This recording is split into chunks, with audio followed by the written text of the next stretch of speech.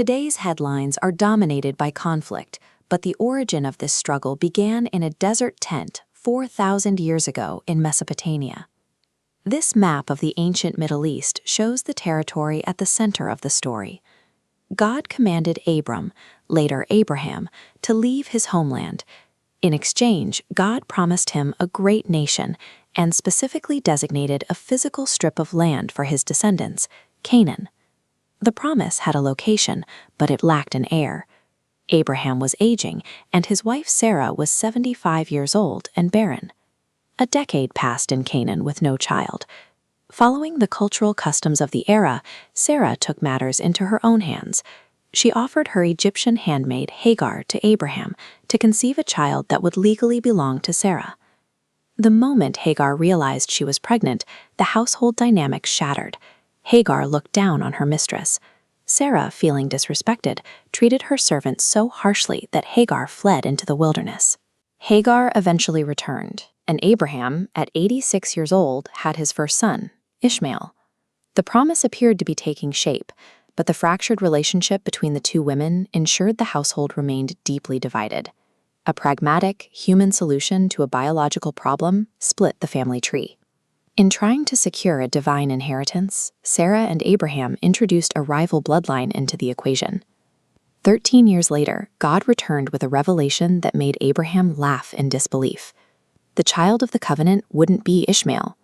Instead, 90-year-old Sarah would miraculously give birth to a son named Isaac. When Isaac was born, the lingering tension boiled over. Seeing a teenage Ishmael mocking her toddler, Sarah demanded that Abraham cast out the servant and her son, securing Isaac's position as the sole heir. This family tree illustrates the split. God established a covenant with Isaac, explicitly decreeing Canaan would be inherited through Sarah's lineage. But Ishmael wasn't abandoned.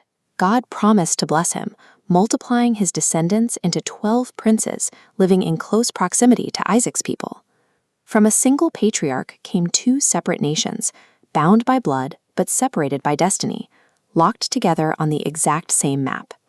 That fracture echoed into the very next generation. Isaac and his wife Rebekah had twin sons, Esau and Jacob, who struggled against each other before they were even born. The older twin, Esau, traded his inheritance for a bowl of stew. Years later, Jacob wore his brother's clothes to deceive their blind father, stealing the final blessing meant for the firstborn. Jacob, later renamed Israel, fathered 12 sons. His family migrated to Egypt, where they multiplied, endured 400 years of enslavement, and eventually returned to conquer Canaan just as God had promised Abraham.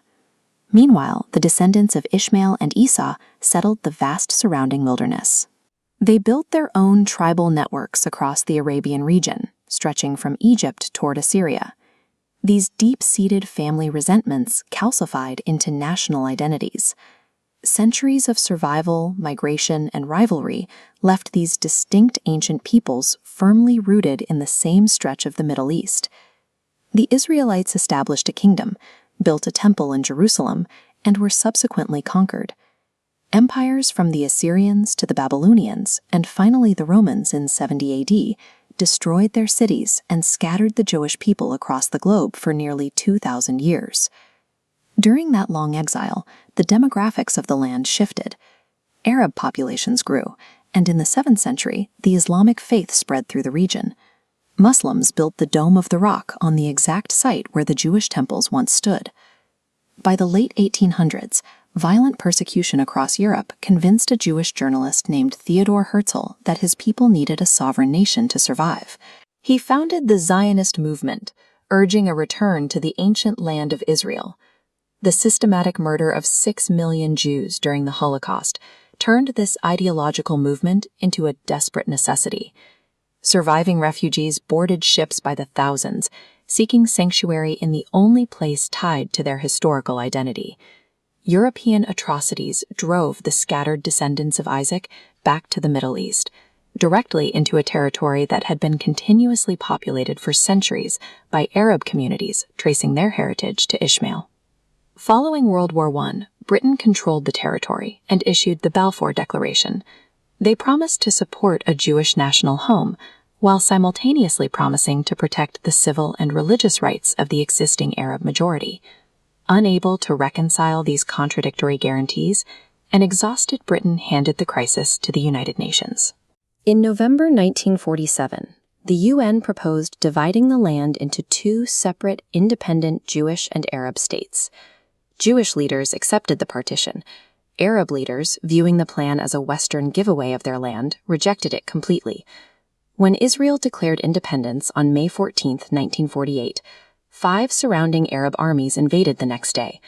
Against overwhelming odds, the newborn Jewish state survived and expanded its borders. But for the Palestinians, 1948 became the Nakba, the catastrophe. Roughly 700,000 Arab residents fled or were expelled from their homes, scattering into refugee camps across the region. There is no simple historical villain here. It is a tragedy of overlapping legitimacy, where two distinct peoples rely on ancient diverging divine promises to claim the exact same soil.